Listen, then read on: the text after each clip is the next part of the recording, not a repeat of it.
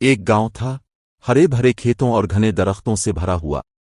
गांव के किनारे एक छोटी सी कच्ची दुकान थी जहां एक नेक दिल मोची रहता था। मोची गरीब जरूर था लेकिन दिल का बहुत बड़ा था। वो दिन रात जूते बनाता और पुराने जूते मरम्मत करके लोगों की खिदमत करता। मोची का घर भी इस दुकान के बराबर ही था।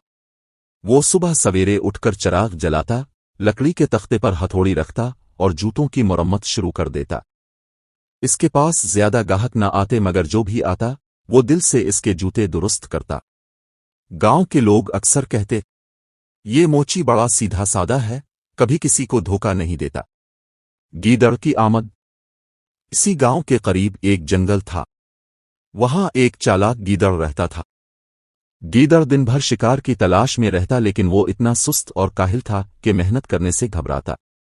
वो हमेशा चाहता कि बगैर मेहनत के पेट भर जाए।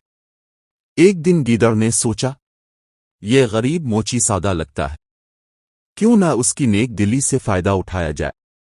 गीदड़ रात को छपकर मोची की दुकान के करीब आया और बोला, ओ मोहतरम मोची, मैं बहुत भूखा हूं, कई दिनों से कुछ नहीं खाया, क्या तुम मुझे थोड़ा सा खाने को दे सकते हो।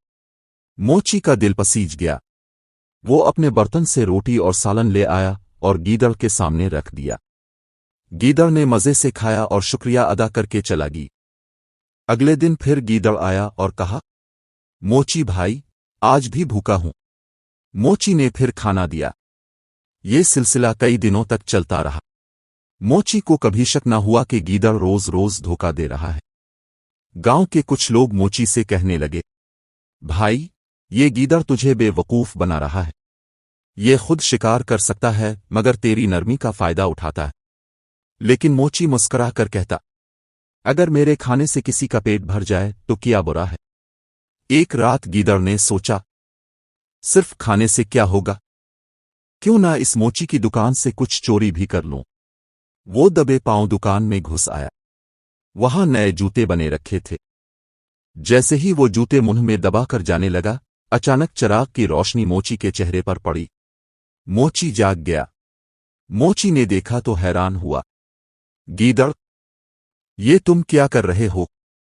गीदड़ शर्मिंदा होने के बजाय हंसने लगा और बोला, मैं तो चालाक गीदड़ हूं।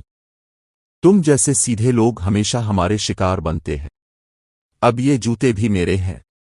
ये कहकर वो भागने लगा।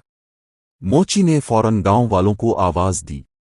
सब लोग दौड़कर आए। गीदड़ जूते लेकर भाग रहा था लेकिन गांव के कुत्ते इसके पीछे लग गए। कुछ ही देर में गीदड़ पकड़ा गया और जूते वापस मिल गए। मोची ने गुस्से के बजाय कहा, गीदड़, अगर तुम भूख से परेशान थे तो मुझे सीधे सीधे बताते। चोरी और धोखा हमेशा बर्बादी का सबब बनते हैं। गांव के बुजुर्ग भी बोले, याद रखो, जो दूसरों की नेकी का नाजायज फायदा उठाता है वो कभी कामयाब नहीं होता।